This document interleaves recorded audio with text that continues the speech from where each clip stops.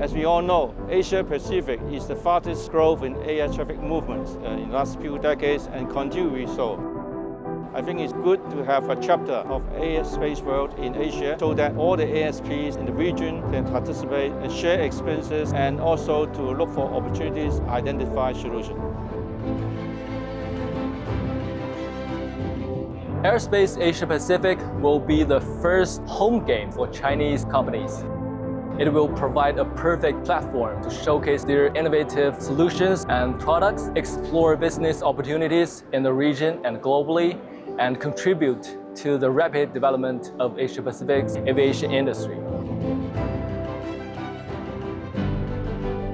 I think one of the really big drivers for the Asia Pacific area is that coming to Europe is a significant investment for some of the smaller organisations in time as well as expense. To be able to host something in our region that's more accessible for more air navigation service providers, more companies that are in the air traffic management business is a fantastic opportunity.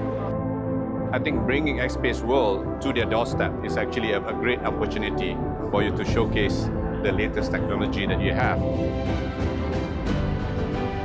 Exhibiting or sponsoring at cancel events enables Chinese companies to increase brand awareness in the global stage and elevates their visibility in the global market. This is very important for us because I think currently the global aviation community knows very little about Chinese companies or technology providers. After a couple of years in COVID where we really weren't able to get together, I think it's important that we reconnect more now than ever. And I think the opportunity to have events in the Asia Pacific is also something that's important. See you in Hong Kong for Airspace Asia Pacific.